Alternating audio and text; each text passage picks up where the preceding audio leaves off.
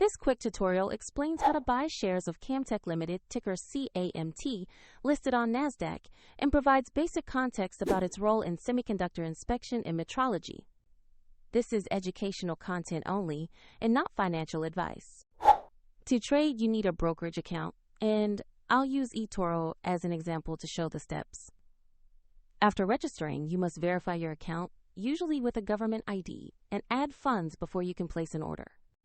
Use the platform's search bar and type the ticker CAMT to find Camtek Ltd. Select the listing that matches Camtek Ltd to open the correct stock page. On the asset page, you'll see a short company description and a price chart with recent market data. Confirm the NASDAQ listing, the company name, and the CAMT ticker to ensure it's the right stock. To buy, click Invest, enter the amount you want to commit, review the order details, and confirm the trade. If the market is closed, your order may be queued or executed at market open.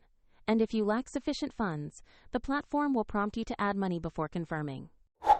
After the trade, the position will appear in your portfolio where you can monitor it and manage orders. For a direct link to eToro, check the description below.